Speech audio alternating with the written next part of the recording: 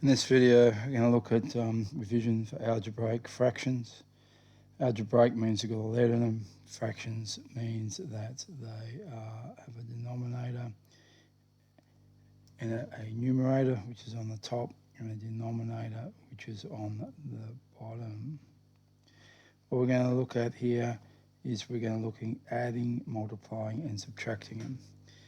First thing we're simply going to look at is simplifying them. So when we simplify them, we're just looking for common factors, and we simplify them by cancelling common factors. So what I'm looking at here is I'm looking at this first one. I'm looking for anything on the top and bottom which can cancel out. So when I look at this, I see I've got 6 on the bottom, 3 on the top. I recognise that 3 will go into 6, so I can divide them both through by 3. 3 into 3 is 1, 3 into 6 is 2. So my answer to this one is going to be minus 2 outside of 2x plus 1. The 3 is now gone to 1. We have 1 on the bottom that cancels out. And so if we're really going to simplify this, we would also expand it out, and we would have minus 4x minus 2 by multiplying this by the two of them. Minus 4x minus 2 would be my answer. Once I got to there, I could have done this by putting my box, writing minus 2 here, 2x plus 1 here, minus 4x minus 2, pull them out to get to there. Let's have a look at the next one. Now what I can see here is that I have a factor on top, which is x minus 7. I have the same factor on the bottom, so they will cancel out, and my answer would just be minus 2. Then the last one that's in here, once again, if I'm looking at it, I have x on 3 on top. That will cancel out with the x plus 3 on the bottom, and my answer is going to be 2x minus 1. So there's a couple of simple things, simplifying fractions by cancelling common factors. The first thing we're going to look at is multiplying them. So multiplying is the simplest. When we multiply things, we just smash them together. We just look at, put everything on the top and everything on the bottom. So we've got 5 outside of 2x plus 1. We have got times 4. We've got that over 4 times 2x plus 1. Now, we could multiply all this out with these brackets, but what we recognise is there's a 2x plus 1 on top, there's a 2x plus 1 on the bottom. If furthermore, there's a 4 and there's a 4. So our answer is simply 5. That's all we've got left. We could have just done this over here in the first place by cancelling them out, etc. Looking at our next one, again, we smash it all together. 3x plus 7 will be multiplied by x minus 2 all over x minus 2, 3x plus 7. So this again is going to end up being ridiculously simple. 3x plus 7 are going to cancel out. The x minus 2 are going to cancel out, and my answer is simply going to be 1. Now, there are other examples I could have picked out in the book, but these ones are the ones I've collected. When I multiply them all out and cancel things out, I simply get these answers. All right, let's have a look at the dividing algebraic fractions. So dividing is very similar to multiplying, except we are going to keep, change, and flip. So that means keep the first term.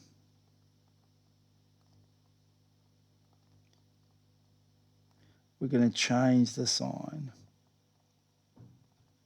from divided to times, and we're going to flip the last term or second term.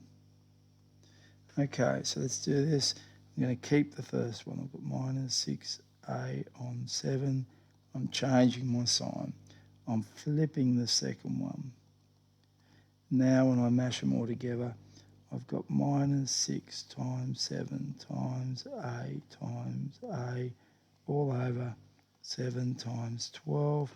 When I get to this stage, I'm going to cancel out things that are common.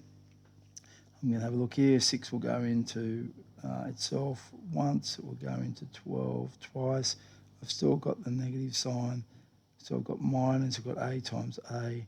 That is a squared. And I've still got a 2 on the bottom. Minus a squared on 2. The next one, I am keeping the first term, 2x minus 1 on 5. I'm changing my sign. I am flipping the next one, 3x minus 1. Now what I'm going to have to do is have a look. So I'm going to smash it all together. I've got 2 times 10 times x minus 1 all over 5 times 3 times x minus 1. When I have a look at these, I can see that my x minus 1s are going to cancel out.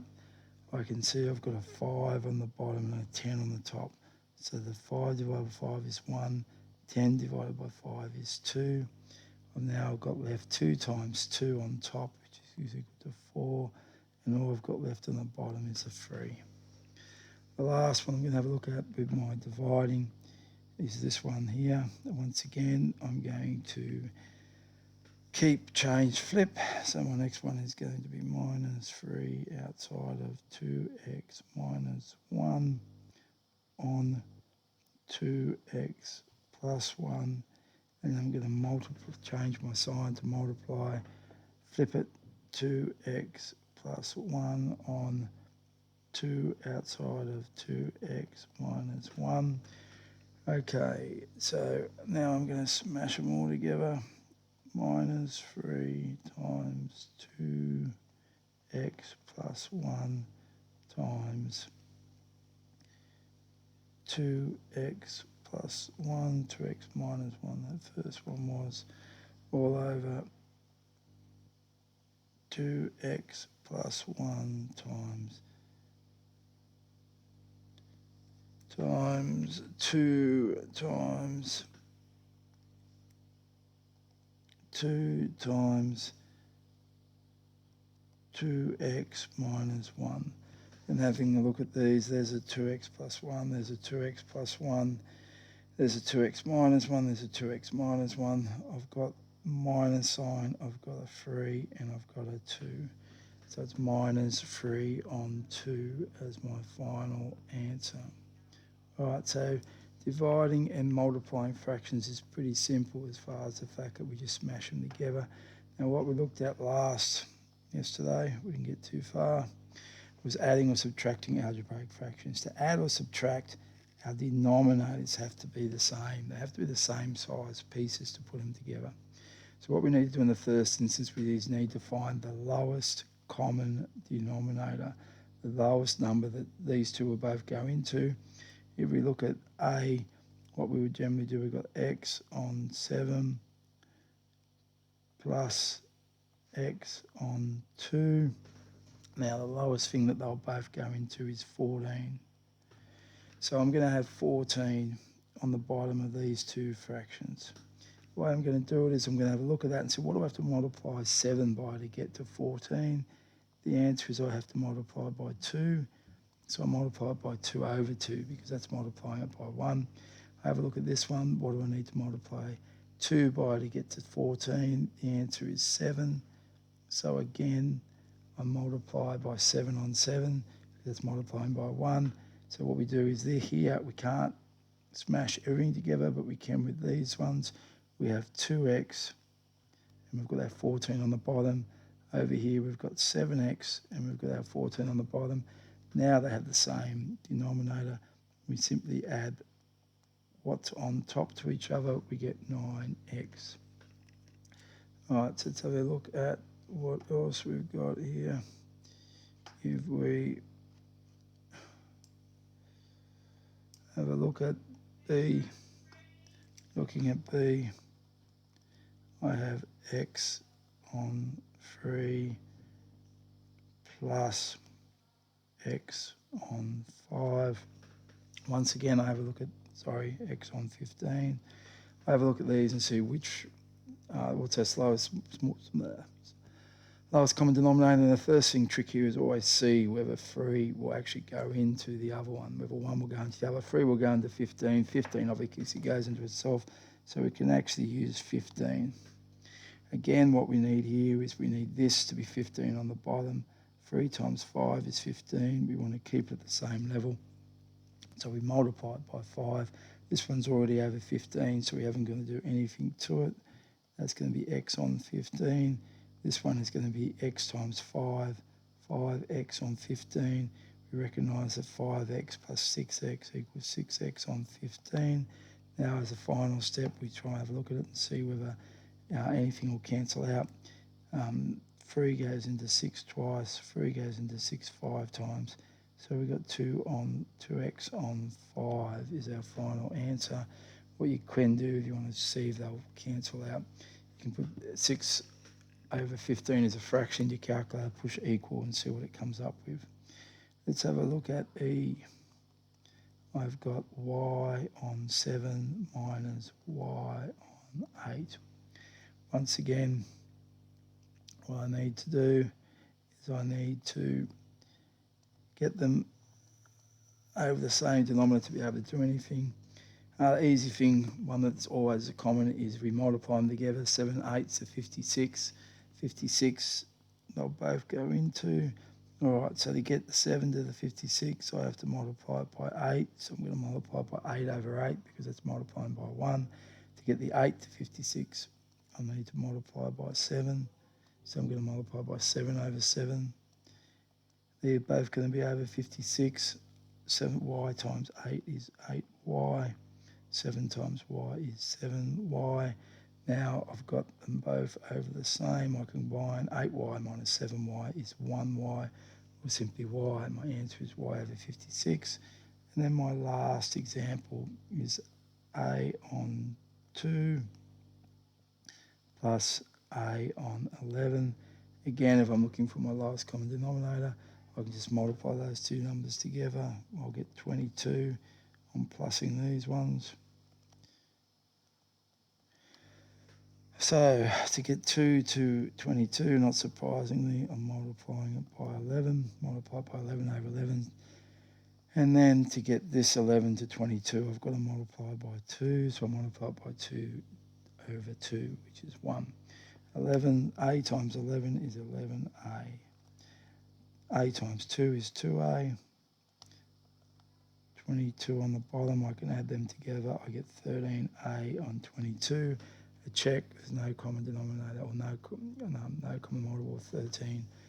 Nothing goes into 13 and 22. Okay, so they're pretty much all. There's another one you might have.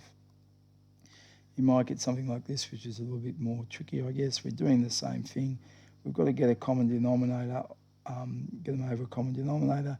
If I write them out, I've got x plus 1 on 2, and I've got plus x plus 3 on 5.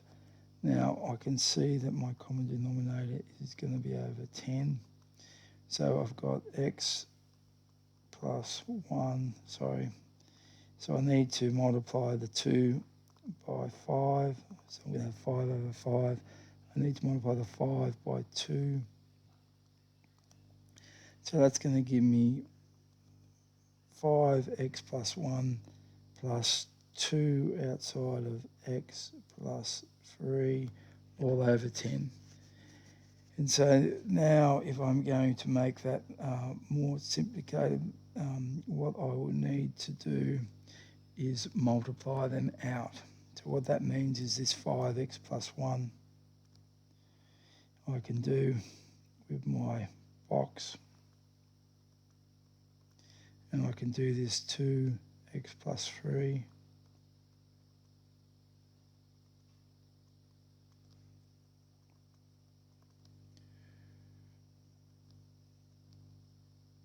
And if I do them, I get 5x plus 5.